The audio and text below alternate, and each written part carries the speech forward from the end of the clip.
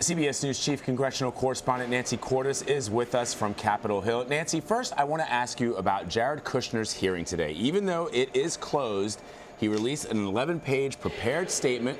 Give us some of the highlights.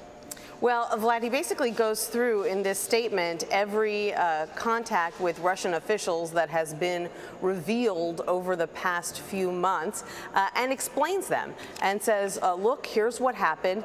In most cases, he says, he was sort of an overworked, underexperienced major campaign official, and says that a lot of these communications that he had were routine. He says he had dozens of foreign officials reaching out to him because he was a top aide to his father-in-law, and that especially after President Trump won, that he was besieged by these requests. And so the conversations that he did have, he says, for example, with the Russian ambassador were routine. He said he didn't even know the name of the Russian ambassador until after November 9th. He said that the Russian ambassador, for instance, asked him to meet with the head of a Russian bank who he said had a very good relationship with Putin, who he said could sort of help facilitate a conversation about dealing with the Syria crisis. Kushner says he did that, but that the meeting only lasted about 20 minutes. When it comes to that now infamous meeting between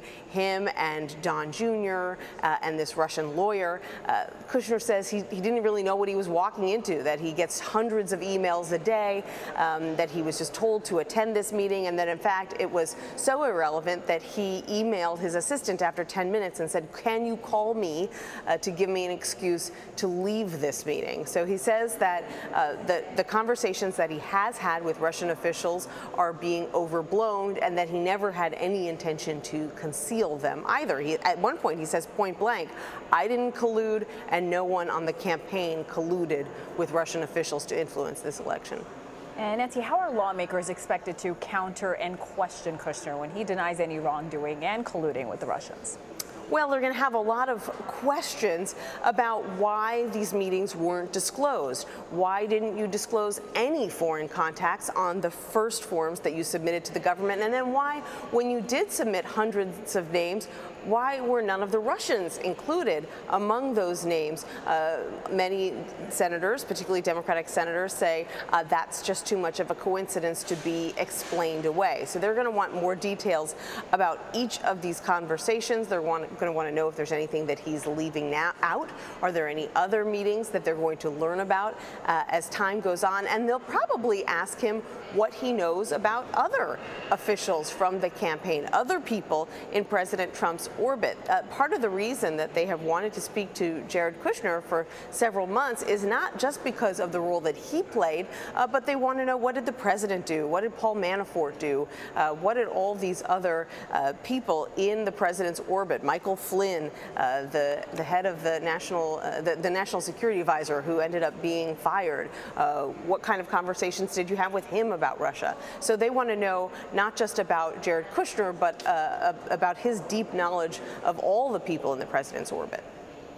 We also want to ask you about the new Russian sanctions this morning. What's the latest on the bill's future, and how has the White House responded? Well, it has overwhelming support from both sides, so we do expect that this sanctions bill is going to pass. It imposes tough new sanctions on Russia as punishment for two things: invading Crimea and for meddling in the U.S. election. And that's a bit of a sore spot with this president, because after all, he often doesn't acknowledge that Russia actually did meddle in the election, contrary to what his intelligence officials have told him and told the public. But also, he asked for more flexibility when it comes to these sanctions and punishments on Russia. He wants to have the ability to lift sanctions if he wants. But essentially, what this legislation does is says that if he wants to do anything to change the sanctions, he's going to need to get congressional approval, and they're going to have 30 days to analyze what he wants to do.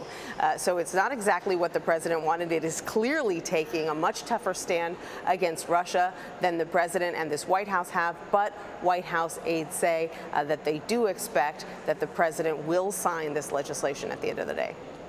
All right, Nancy Cordes reporting from Capitol Hill. Nancy, as always, we thank you. You're welcome.